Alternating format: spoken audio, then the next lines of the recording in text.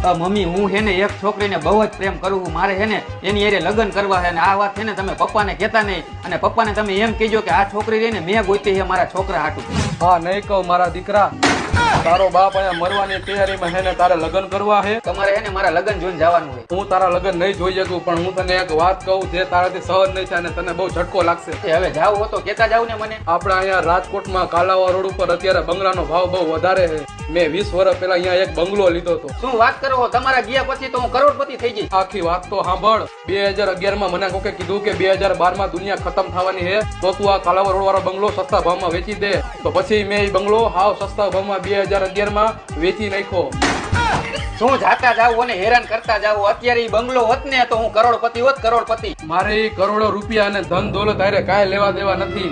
મારું ધને તું છો અને મારી દોલતે તું છો, મારા કલેજા.